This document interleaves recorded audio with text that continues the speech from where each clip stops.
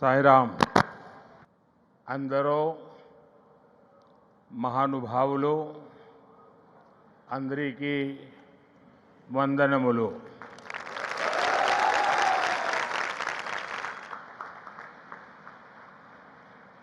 मुख्यमंत्री श्री चंद्रबाबू नायडू, केंद्र में मेरे सहयोगी राम मोहन नायडू, जी किशन रेड्डी, भूपति राजू, श्रीनिवास वर्मा, सचिन तेंदुलकर जी, डिप्टी सीएम पवन कल्याण जी, राज्य सरकार में मंत्री नारा लोकेश जी, श्री सत्य साई सेंटर ट्रस्ट के मैनेजिंग ट्रस्टी आर.जे. रत्नाकर जी, वाइस चांसलर के चक्रवर्ती जी, ऐश्वर्या जी, अन्य सभी महानुभाव, देवी और सज्जनों, साईं राम। साथियों,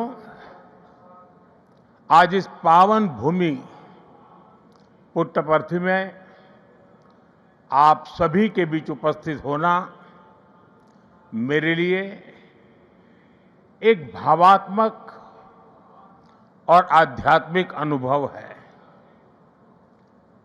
मुझे कुछ देर पहले बाबा की समाधि पर श्रद्धा सुमन अर्पित करने का अवसर मिला। उनके चरणों में नमन करना, उनका आशीर्वाद प्राप्त करना, ये अनुभव हमेशा हृदय को भावनाओं से भर देता है।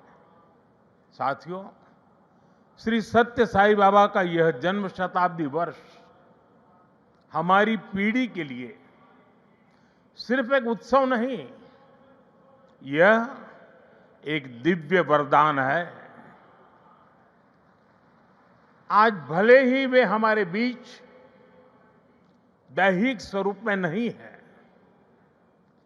लेकिन उनकी शिक्षा, उनका प्रेम, उनकी सेवा भावना आज भी करोड़ों लोगों का मार्गदर्शन कर रही है। 140 से ज्यादा देशों में लाखों जीवन नए प्रकाश, नई दिशा और नए संकल्प के साथ आगे बढ़ रहे हैं। साथियों, श्री सत्य साई बाबा का जीवन वसुधैव कुटुंबकम का जीवंत स्वरूप था। इसलिए उनका ये बर्थ सेंटिनरी वर्ष हमारे लिए यूनिवर्सल लव, पीस और सर्विस का महापर्व बन गया है। हमारी सरकार का सौभाग्य है कि आज इस अवसर पर 100 रुपये का स्मृति सिक्का और डाक टिकट भी जारी किया गया है। इस सिक्के और डाक टिकट में उनके सेवा कार्यों का प्रतिबिंब है। मैं इस शुभ अवसर पर दुनिया भर में फैले सभी श्रद्धालुओं, साथी सेवकों और बाबा के भक्तों को हृदय से बधाई और शुभकामनाएं देता हूं। Friends, the central value of Indian civilisation is सेवा और service. All our diverse spiritual and philosophical traditions ultimately lead to this one ideal. Whether one walks the path of bhakti, jnana or karma, each is connected to seva. What is bhakti? Without service to the divine present in all beings. What is jnana? If it does not awaken compassion for others. What is karma? If not the spirit of offering one's work as service to society. Seva paramo dharma is the ethos that has sustained India through centuries of changes and challenges. It has given our civilization its inner strength. Many of our great saints and reformers have carried forward this timeless message in was suited to the times. Sri Satya Sai Baba placed seva at the very heart of human life. He often said, love all, serve all. For him, seva was love in action. His institutions in education, healthcare, rural development, and many such areas stand as living proof of this philosophy. They show spirituality and service are not separate but different expressions of the same truth. Further, someone inspiring people while physically present is not uncommon, but the seva activities of the institutions created by Baba are increasing day by day despite him not being with us physically. This shows that the impact of truly great souls does not decrease with time, it actually grows. साथियों, श्री सत्य साई बाबा का संदेश केवल पुस्तकों और प्रवचनों और आश्रमों की सीमाओं में नहीं रहा है। उनकी शिक्षा का प्रभाव लोगों के बीच दिखता है। आज भारत के शहरों से लेकर छोटे गांवों तक, स्कूलों से लेकर आदिवासी बस्तियों तक संस्कृति, शिक्षा और चिकित्सा सेवा का एक अद्भुत प्रवाह दिखाई देता है। बाबा के करोड़ों अनुयायी बिना किसी स्वार्थ के इस काम में लगे हैं। मानव सेवा ही माधव सेवा है, ये बाबा के अनुयायियों का सबसे बड़ा आदर्श है। उन्होंने ऐसे कई विचार हमें सौंपे जिनमें संवेदना, कर्तव्य, अनुशासन और जीवन दर्शन का सार मिलता है। वो कहते थे, help ever, hurt never, less talk, more work. हम सभी के मन में आज भी श्री सत्य साई बाबा के ऐसे जीवन सूत्र गूंजते रहते हैं। साथियों, साई बाबा ने अध्यात्म का उपयोग समाज और जन कल्याण के लिए किया। उन्होंने इसे निष्काम सेवा, चरित्र निर्माण और मूल्य आधारित शिक्षा से जोड़ा। उन्होंने किसी मत या सिद्धांत पर अपनी शक्ति नहीं लगाई। उन्होंने गरीबों की सहायता की और उनके दुखों को दूर करने के लिए कार्य किया। मुझे याद है, गुजरात के भूकंप के बाद पीड़ितों को राहत पहुंचाने में बाबा का सेवा दल और सारे सेवाव्रती आगे की पंक्ति में आकर के खड़े हो गए। उनके अनुयायी पूरी निष्ठा से कई दिनों तक सेवा में जुटे रहे। उन्होंने प्रभावित परिवारों तक सहायता पहुंचाने, आवश्यक सामग्री उपलब्ध कराने और मानसिक सामाजिक सहयोग देने में महत्वपूर्ण योगदान दिया। साथियों, एक मुलाकात में अगर किसी का हृदय पिघल जाए, किसी के जीवन की दिशा बदल जाए, तो इससे उस व्यक्ति की महानता का पता चलता है। आज यहां इस कार्यक्रम में भी हमारे बीच ऐसे कई लोग हैं जिन पर सत्य साई बाबा के संदेशों का गहरा असर हुआ और उनका पूरा जीवन बदल गया। साथियों, मुझे संतोष है कि श्री सत्य साई बाबा की प्रेरणा से साई सेंट्रल ट्रस्ट और उससे जुड़े संगठन सेवा को ऑर्गेनाइज इंस्टीट्यूशनल और लॉन्ग टर्म व्यवस्था के रूप में आगे बढ़ा रहे हैं, आज एक व्यवहारिक मॉडल के रूप में हमारे सामने है। आप सभी पानी, housing, health care, nutrition, disaster support और क्लीन एनर्जी जैसे क्षेत्रों में अद्भुत कार्य कर रहे हैं। मैं कुछ सेवा कार्यों का विशेष तौर पर जिक्र करना चाहूंगा। जैसे रायलसीमा में पीने के पानी की गंभीर समस्या थी, तब ट्रस्ट ने 3000 किलोमीटर से ज्यादा लंबी पाइपलाइन बिछाई। ओडिशा में बाढ़ प्रभावित परिवारों के लिए 1000 मकान बनाए। जो गरीब परिवार पहली बार श्री सत्य साई अस्पतालों में आता है, वो देखकर दंग रह जाता है कि अस्पताल में बिलिंग का कोई काउंटर ही नहीं है। यहां इलाज भले मुफ्त है, लेकिन मरीजों और उनके परिजनों को किसी असुविधा का सामना नहीं करना पड़ता। साथियों, आज ही यहां 20,000 से ज्यादा बेटियों के नाम पर सुकन्या समृद्धि योजना के खाते खोले गए हैं। इससे उन बेटियों की शिक्षा और सुरक्षित भविष्य सुनिश्चित हुआ है। साथियों, भारत सरकार ने 10 साल पहले बेटियों की शिक्षा को ध्यान में रखते हुए उनके उज्जवल भविष्य के लिए ये सुकन्या समृद्धि योजना शुरू की थी।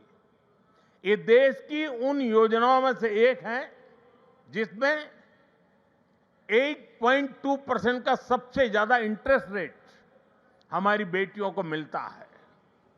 अब तक देश की 4 करोड़ से ज्यादा बेटियों के खाते सुकन्या समृद्धि योजना के तहत खोले जा चुके हैं। और आपको ये जानकर खुशी होगी कि अब तक इन बैंक अकाउंट्स में 3.25 लाख करोड़ रुपए से ज्यादा की राशि जमा कराई जा चुकी है।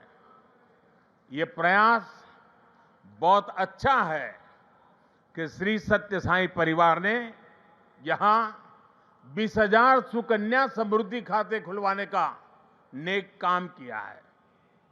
वैसे मैं काशी का सांसद हूं, तो एक उदाहरण वहां का भी दूंगा।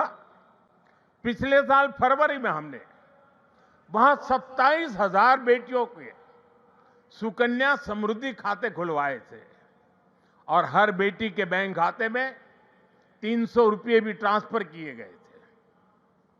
बेटियों की एजुकेशन और बेहतर भविष्य में सुकन्या समृद्धि योजना बड़ी भूमिका निभा रही है। साथियों, देश में पिछले 11 वर्ष में ऐसी अनेक योजनाएं शुरू हुई है जिन्होंने नागरिकों की सामाजिक सुरक्षा को, सोशल सिक्योरिटी कवच को बहुत मजबूत कर दिया है और देश के गरीब, वंचित निरंतर सोशल सिक्योरिटी के दायरे में आ रहे हैं। 2014 में देश में 25 करोड़ लोग ही सोशल सिक्योरिटी के दायरे में थे। आज मैं बड़े संतोष के साथ कहता हूं और बाबा के चरणों में बैठकर के कहता हूं, आज ये संख्या करीब करीब 100 करोड़ तक पहुंच चुकी है। भारत की गरीब कल्याण की योजनाओं की, सोशल सिक्योरिटी देने वाली योजनाओं की विदेशों तक सभी इंटरनेशनल फोरम में चर्चा हो रही है। साथियों, आज ही यहां मुझे गोदान के कार्यक्रम में सहभागी होने का भी अवसर मिला है। ट्रस्ट द्वारा 100 गायें गरीब किसान परिवारों को दी जा रही है। हमारी परंपरा में गौ माता को जीवन, समृद्धि और करुणा का प्रतीक माना गया है। ये गायें इन परिवारों की आर्थिक, पोषण संबंधी और सामाजिक स्थिरता में सहायक होगी। साथियों, गौ माता के संरक्षण से समृद्धि का संदेश देश विदेश के कोने कोने में दिखता है। कुछ वर्ष पहले राष्ट्रीय गोकुल मिशन के तहत वाराणसी में 480 से ज्यादा गीर गायें वितरित की थी।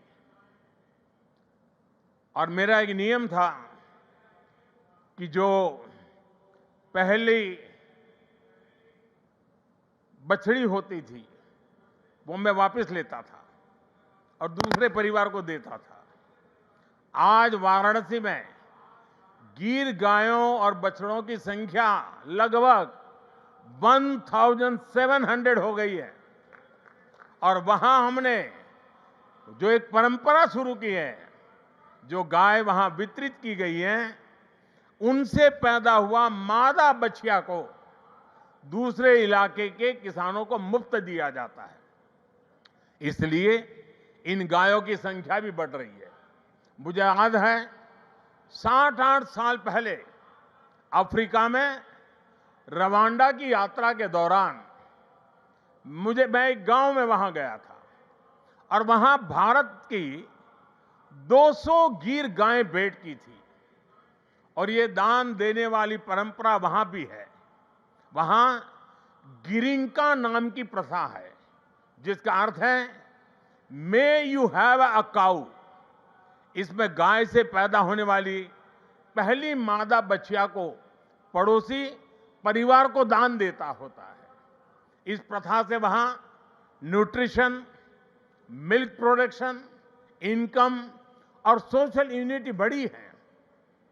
साथियों, ब्राजील ने भी भारत की गीर और कांकरे नस्लों को अपनाकर उन्हें आधुनिक तकनीक और वैज्ञानिक प्रबंधन के साथ आगे बढ़ाया है और आज वे बेहतर डेयरी परफॉर्मर्स का स्रोत बन गई है। ये सभी उदाहरण बताते हैं कि जब परंपरा, करुणा और वैज्ञानिक सोच एक साथ चलती है तो गाय आस्था के साथ ही सशक्तिकरण, पोषण और आर्थिक प्रगति का साधन बन जाती है। और मुझे खुशी है कि आप इस परंपरा को यहां बहुत नेक नियत के साथ आगे बढ़ा रहे हैं। साथियों, आज देश कर्तव्य काल की भावना के साथ विकसित भारत की दिशा में आगे बढ़ रहा है। इस लक्ष्य को पाने के लिए नागरिक भागीदारी आवश्यक है और इसमें सत्य साईं बाबा का ये जन्म शताब्दी वर्ष हमारी बड़ी प्रेरणा है। मेरा आग्रह है कि इस वर्ष हम विशेष तौर पर वोकल फॉर लोकल के मंत्र को मजबूत करने का संकल्प लें। विकसित भारत बनाने के लिए हमें लोकल इकोनॉमी को बढ़ावा देना ही होगा। हमें याद रखना है, जब हम स्थानीय उत्पाद खरीदते हैं तो हमें एक परिवार, एक छोटे उद्यम और स्थानीय सप्लाई चेन को सीधे सशक्त बनाते हैं। इसी से आत्मनिर्भर भारत का रास्ता भी तैयार होता है। साथियों, आप सभी श्री सत्य साईं बाबा की प्रेरणा के साथ राष्ट्र निर्माण में अपना निरंतर योगदान दे रहे हैं। इस पावन भूमि में वाकई एक अद्भुत शक्ति है।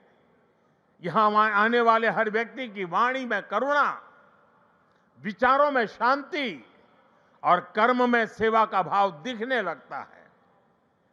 मुझे विश्वास है, जहां भी अभाव या पीड़ा दिखाई देगी, वहां आप इसी तरह एक आशा, एक प्रकाश बनकर खड़े होंगे। इसी भावना के साथ मैं सत्य साईं परिवार, सभी संस्थानों, सभी सेवादल के सेवाव्रती और देश दुनिया से जुड़े